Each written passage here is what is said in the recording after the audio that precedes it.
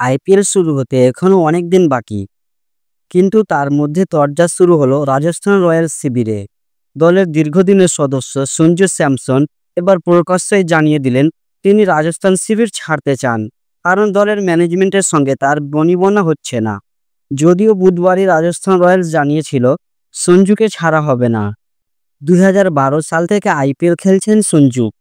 প্রথম বছর কেকেআরে থাকলেও সেভাবে খেলার সুযোগ পাননি। 2013 সালে তাকে সই করায় রাজস্থান। প্রথম দফায় 3 মরশুম রাজস্থানের হয়ে খেলেন। 2016 এবং 17 সালে খেলেন দিল্লি ক্যাপিটালসের হয়ে। এরপর 2018 সালে আবার তাকে দলে নেয় রাজস্থান। তারপর থেকে রাজস্থানের মুখ হয়ে উঠেছেন সঞ্জু। 2021 সালে তাকে অধিনায়ক করা হয়। তার অধিনায়কত্বে 2022 সালে ফাইনালে উঠে রাজস্থান। 2024 সালেও দলকে প্লে অফে তোলেন সঞ্জু। কিন্তু গত আইপিএল থেকে রাজস্থান ম্যানেজমেন্টের সঙ্গে সমস্যা শুরু হয় সঞ্জুর। সাধারণত ওপেন করতে স্বাচ্ছন্দ্য বোধ করেন সঞ্জু, কিন্তু গত মরশুমে যশস্বী জয়সওয়ালের সঙ্গে বৈভব সূর্যবংশীর ওপেনিং জুটি বেশ সফল হয়।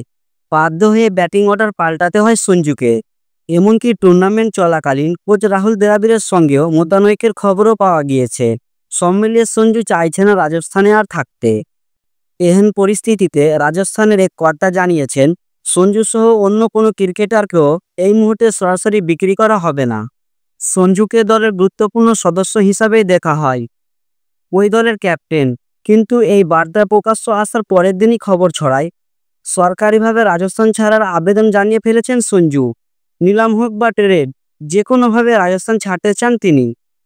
তার ঘনিষ্ঠ মহলের মতে রাজস্থান ম্যানেজমেন্টের সঙ্গে যেভাবে সঞ্জুর সম্পর্ক তলানিতে এসে ঠেকেছে, তাতে তিনি আর দলের সঙ্গে থাকতে চান না।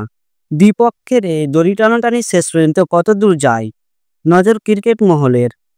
দর্শক, এখন এই পর্যন্ত।